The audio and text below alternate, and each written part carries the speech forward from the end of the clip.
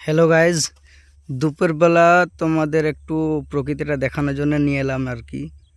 যে ভালো লাগলো, পুকুর দিকে এসেছিলাম বাইক নিয়ে। বাইকটা ওইখানে রাখা আছে। আমার সাথে আমার একটা বন্ধু আছে, দুজন মিলে এসছি একটু মানে ইয়ের দিকে আর কি, পুকুরের দিকে। গ্রামে যেরকম দুপুরে প্রকৃতি হয়, এইগুলো সব গরু চড়ছে, লোকও আছে। এই যে লোকগুলো চড়াচ্ছে এদেরকে।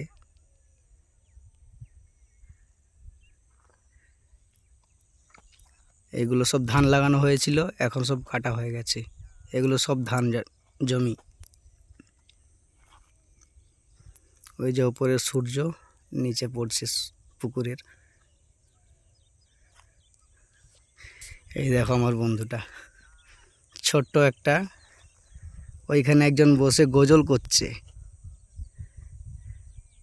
বুঝতে পারবে হয়তো, একটু দেখো বুঝতে পারবে।